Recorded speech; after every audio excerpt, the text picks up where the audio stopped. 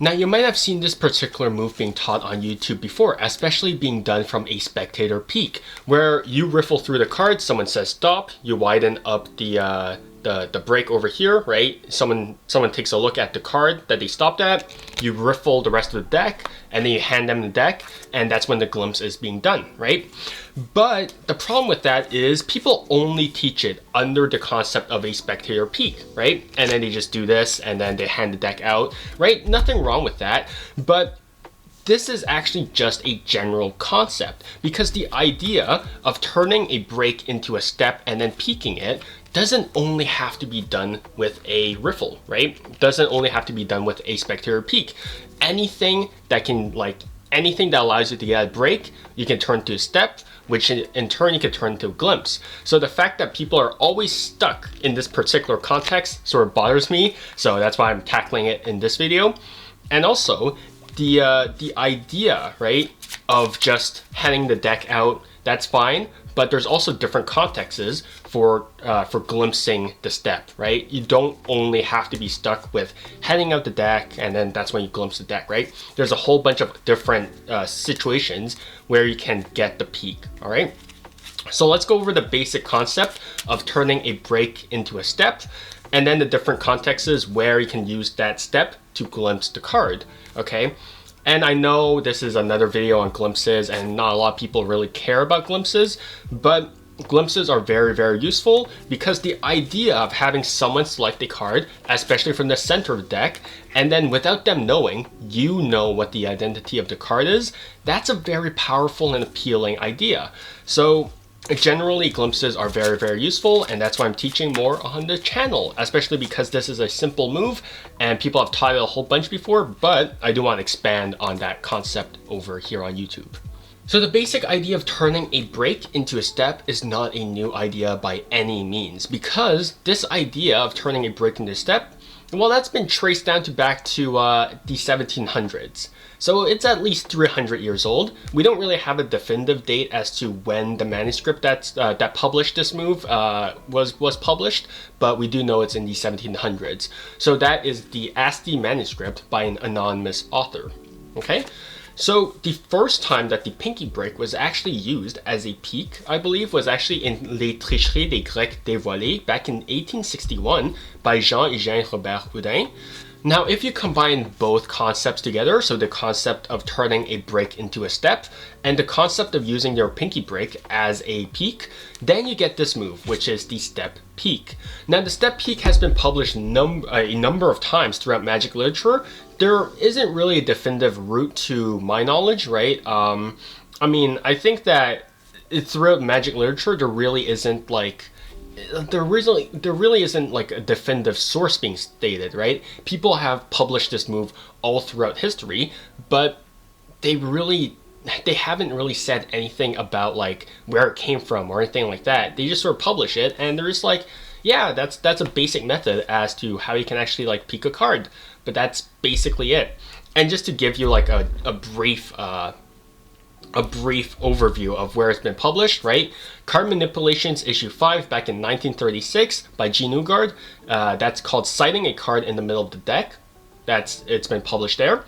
Card Control back in 1946 by Arthur Buckley. That's called Citing After the Peek. So there's another entry. And then Advanced Fingertip Control back in 1970 by Ed Marlowe. Again, a whole bunch of variations on that move.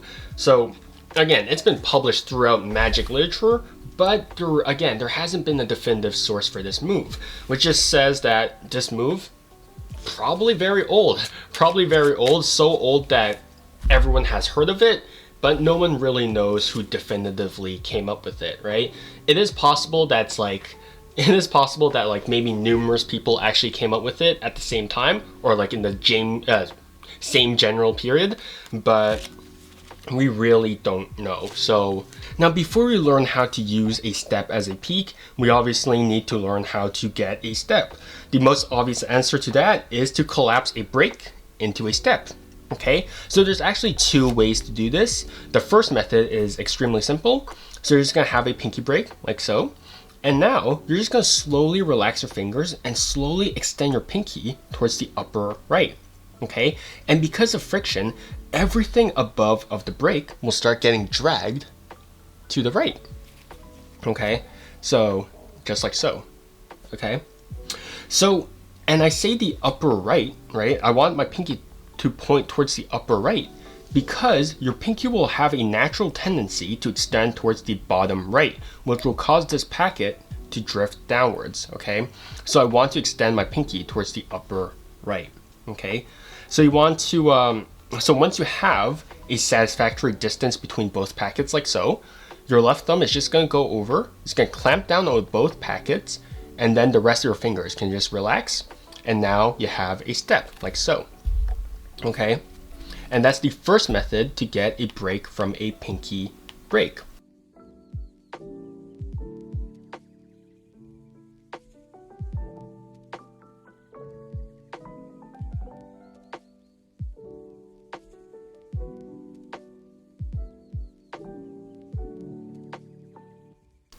The second method is going to be done under the action of a turnover. So you're going to get a pinky break like so, okay? Next, you're going to curl in your thumb underneath of the deck, and you're just going to extend your thumb upwards, and you're going to kick the deck, right? So it goes from a flat position to a perpendicular position, and then you're going to continue rotating until you can clamp down on the deck with your fingertips, okay? So you're just going to roll over, and then you can clamp down on the deck, okay? So you'll realize that one part in particular, which is the part above of the pinky break, is jutted out, okay? And the reason why this section is jutted out is because of the fact that if you actually rotate it, you'll notice that the upper portion over here is gonna ride on top of your pinky, of the fingertips, right? It's gonna ride over there, while the bottom packet is just going to drop down onto the pad of your pinky, okay? And this sort of placement for both packets is what causes both packets to actually have this sort of disjointed look, okay? And that's what kicks this packet a bit further, okay? So that's how you get a step from a pinky break, the second method, under the action of a turnover, okay? So here, turnover, this packet rides on top of your fingertips, and then bam, you have your step over here, okay? Obviously, it will get messy to some degree, but that's fine, okay? As long as you preserve the step over here, okay? So those are the two methods to get the step from the pinky break, okay?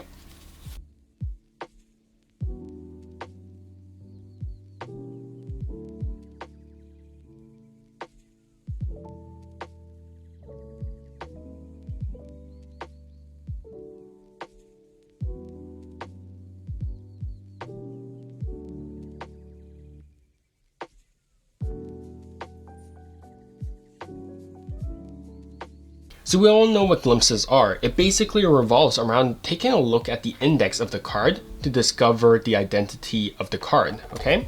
So in this instance, collapsing the break into a step exposes the index of the card, and that's what you need to secretly glance at, okay? So for the first method, if I do this step, right, I need to glance at the upper right corner. If I do the second method with the turnover, I need to secretly glance at the bottom left corner. Obviously, if I just did this and then peeked at it, like I just turned over and then I was like, oh, the ace of diamonds, right? That would be really boring. Or if I just did this, that would also be not great, right? Because that basically exposes everything. So I need to find proper justification for why this sort of thing happens, okay? So the context behind why this move is happening is what makes all the difference, okay? So we're going to go over a couple of contexts right now. So again, you could actually do this move with any sort of selection process. You can also do this move at a delay. You don't only have to do this move from a spectator peek, riffle, and then just hand the deck out, right? That's boring. You could do it from a spread, right? As long as you have a pinky break, it doesn't matter, okay? So you can really adapt this to any sort of selection process, to any sort of like situation, right? As long as you have a pinky break, this move will work, okay? So don't only get stuck in this one particular context, okay? Even though I know that this looks really nice, but again, right? Adapt and see what happens, okay? So the very first form of this peek, of this glimpse, is going to be very, very simple. Okay, so you're going to get a break, right? In this instance, I'm glimpsing the 3 of spades, right? So I'm going to get a break. Next, I'm just going to execute the turnover for the break to step. But as I execute this turnover, my right hand is going to move backwards and it's going to want to grip the deck in a biddle grip, okay? Now, this right hand actually provides most of the cover for this move, because now, as I complete this turnover, this step is in full view. But because my right hand is moving towards the deck, this will actually hide this step over here. Okay, so here I grip everything in a right hand biddle grip, and now I have a full view of the indices of the card over here. So I know for a fact it is the 7 of spades.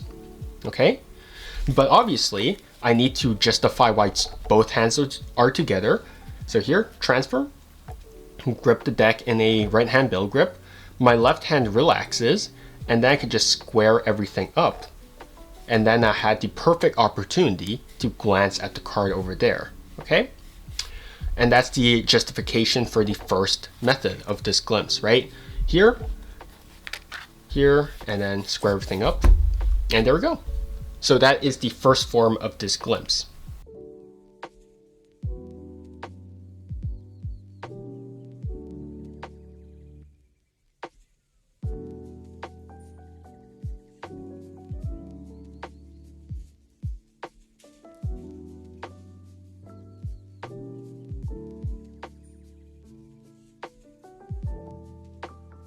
So the second form is actually just handing the deck out or placing it down. So this one will be done with a forward motion as well as a twist of the wrist.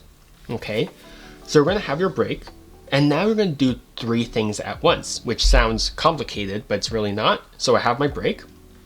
I'm going to move my right hand forward, and I'm going to twist my wrist. So then my hand is going to be palm down. I'm also going to execute the turnover action at the same time, okay? So in total, it should be this, okay? So this combination of actions means that when you're executing the turnover, the faces of the cards are going to be facing you, and the spectator is going to see the backs of the cards, like so, okay? So it's just going to be a turnover action, and now you have the perfect opportunity to glimpse this card over here, which is the 10 of clubs. And this all happens underneath of this motion over here, okay? But now in this position, I have to find a reason as to why I'm in this particular like hamburger position, right? And that's where the justification of either handing the deck out to be shuffled or placing the deck down somewhere comes into play, okay? So this entire motion should be done smoothly and in one cohesive action. You shouldn't do this, pause, look at the card, and then hand the deck out. It should be here, peek, I know that's the 4 of hearts, and then hand the deck out, okay? So that is something that you can do, okay? Just here, and then I know it's the 6 of clubs.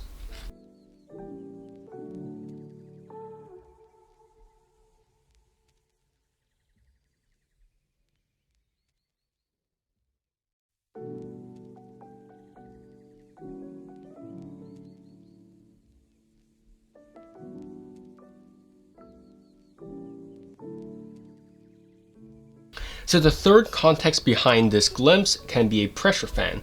So it's going to be a lot like this, the previous one, where I'm going to raise my right hand, I'm going to twist it, but I'm going to stop once the deck is facing me. So once the deck is face up towards me, I'm going to stop, and then my right hand is going to come over, I'm going to grip everything, and I'm going to do a pressure fan, okay? But during that process, right, because I'm doing the turnover, I can glimpse that it's the 5 of spades, and then I can execute the pressure fan. And then I could just say something like, oh, so you could have picked any of these cards. right? So something simple like that will work as well, okay? So that is the third context behind this move, okay? Just a turnover, glimpse, king of diamonds, and then pressure fan, okay? That was a horrible pressure fan, but you get the point.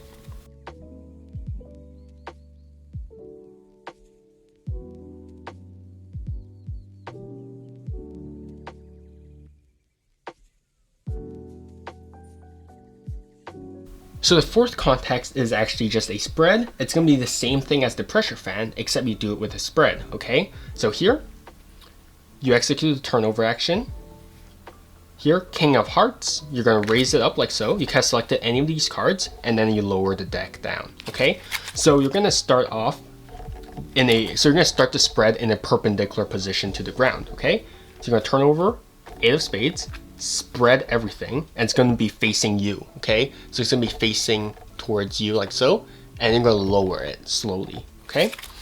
So here, break, peak, king of diamonds, spread deck. You can have selected any of these cards, right? So the choreography is here, raise, and then lower, okay? So that is the spread, so that is the glimpse under a spread.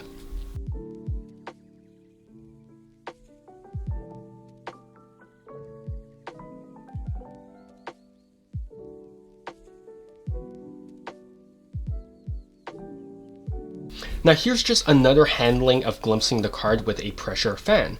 So instead of collapsing the breaks during a turnover, you're going to use the other one where you just move your pinky off to the right, okay? So once you have this step over here, okay, you can just approach the deck with your right hand and then execute the pressure fan, like so. And then because of the step, naturally one card will be jutted out more, which is the 5 of clubs, like so. Okay, so if I have a break above the Jack of Hearts and I execute the first break to step, like so, now I have my Jack of Hearts that's jutted out.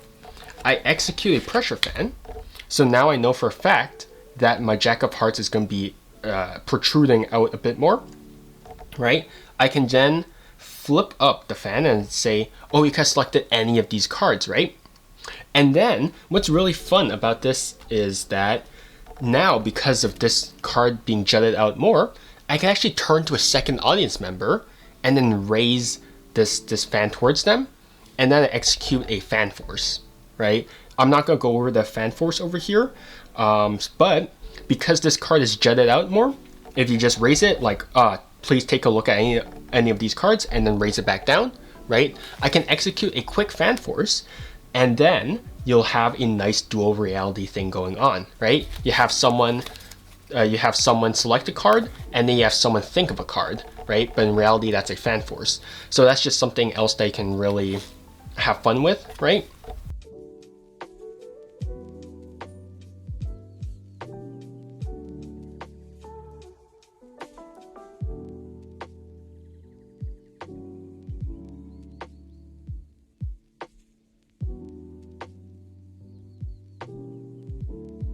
So next, let's move on to our last context behind this move, and that's going to be done over the action of a turnover. So you're going to do the turnover as per usual, but you're going to stop once the deck is perpendicular with your hands, okay? Because by then, you already have your step formed, okay? Like flipping the deck over to your fingertips, that's just like part of like one smooth motion. But realistically, your step is already formed by the time this deck is perpendicular with the ground, okay? So once it's already perpendicular, I can already see where what the identity of the card is, okay? So right now I can see it's the Jack of Spades, right? So the main point of flipping over this deck over here is so then I get an overhand shuffle position, okay? So now I see it's the 7 diamonds. My right hand goes over, grips everything in overhand shuffle position, and I could just overhand as per usual, okay? And now I know it's the 7 of diamonds, right? Or something like that. 6 of clubs, shuffle, and there we go, right? So you can do something as simple as an overhand shuffle as well.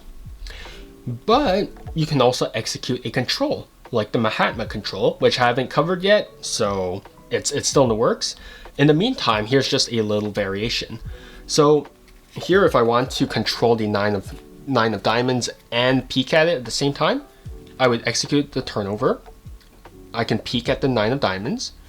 I grip everything with my right hand, but I conserve the step, like so, right? My left hand comes over, my left thumb wraps around this bottom packet, and the pad actually contacts the face of this card over here.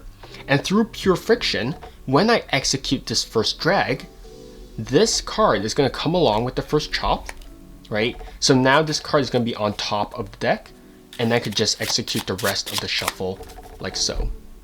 Okay, so this is just from pure friction. I kick everything up, grip everything with my right hand, thumb contacts this entire bottom packet along with the face of this card, pull, and then I could just shuffle off the rest like so.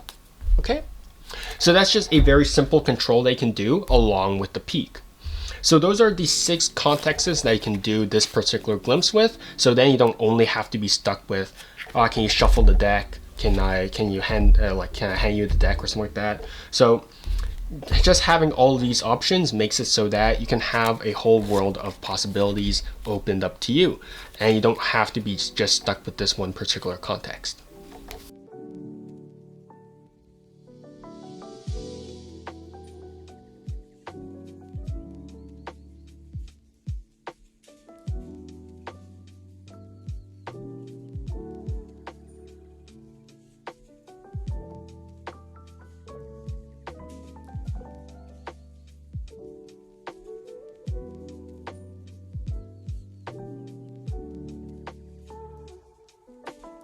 Now here are just a couple of variations that I'm just going to quickly go over because I don't think they're that worth it. So if you want, you could also do it with multiple cards.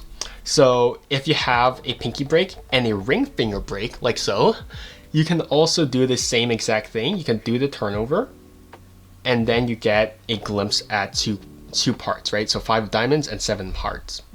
So again, it's just a pinky break to a ring finger, break, and then I could just collapse both of these breaks into steps like so. And then I could just pair it up with any other context, like a spread, right? Or a pressure fan, right? Doesn't really matter. Or you can do 3 of them, which is getting ridiculous, okay? So here, pinky break, ring finger, and then middle finger. So here, now I have the deck separated into 4 segments, like so. And then I could just execute it, and now I have ace of spades, 10 of hearts, queen of spades. Okay, so you can add any number of breaks into it, and they can still collapse them into steps. Okay, so those are 2 variations. Just just adding more breaks to it. Yeah, that's basically it. But another interesting variation for this move is actually from a pharaoh. So we actually execute this move from a pharaoh shuffle, right? So here you have your cards pharaohed. If you actually execute a spectator peek here, say stop anywhere, right? 8 of clubs over here, right? And then you widen up the break so they can stick your pinky underneath of this card and then riffle off everything, right? You still have your break like so. If you actually execute the turnover now, you can peek the card above of their selection, okay? So the queen of spades like so. And then you can just square everything up. And now all I need to do is, if I actually spread through the cards, I just need to find the queen of spades. I know the card below it is their selection over here, okay? So that's how you can actually use it from a pharaoh, okay? You do it with a, you use it as a key card, okay? So it's not gonna be a direct peek, but you will have the option of getting a key card. So in case that someone does bust you on turning the break into a step, you're like, this doesn't, no, that's not even your card. Like, it doesn't really matter. It's just some random card, okay? So that is another possibility. And again, it does look quite unique. And, you know, having the cards away from your fingertips does add a layer of deception to it.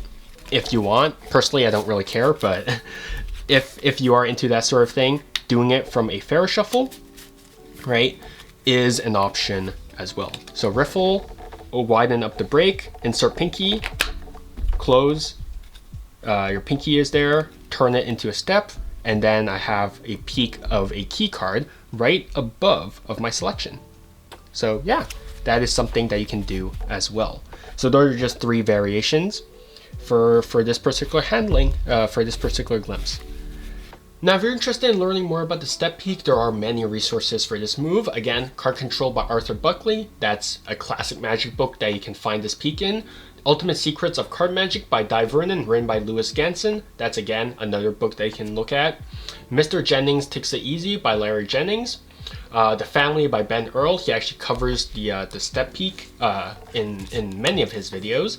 And then there's Andrew Frost's Patreon, which he covers 3 variations of peeks. This is one of them, actually. So all of these resources are actually great for peeks in general. And yeah, hope you enjoy reading into those resources. Now, I also do want to note that you don't necessarily have to glimpse the selection. You obviously need to glimpse a card, but you can also get a key card. It doesn't necessarily have to be the selection, okay? Because getting a key card by itself is honestly a very, very useful tool on its own. So the fact that you're getting a key card secretly is also a very, very good idea. But I'm not going to go too deeply into how you use key cards. That's for you to discover.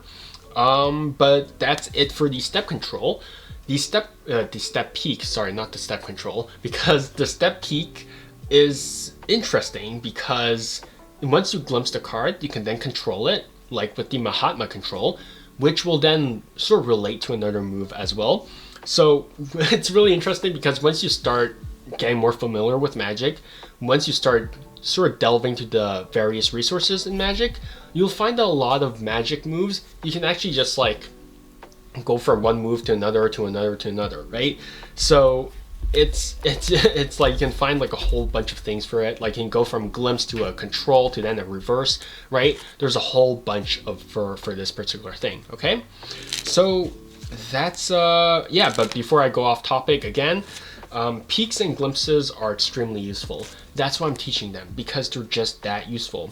So honestly, I hope that you'll add one to your repertoire, because there's no harm in knowing what someone else's card is. So honestly, the fact that something so simple can be so good is honestly a no-brainer. Why not add it into your repertoire?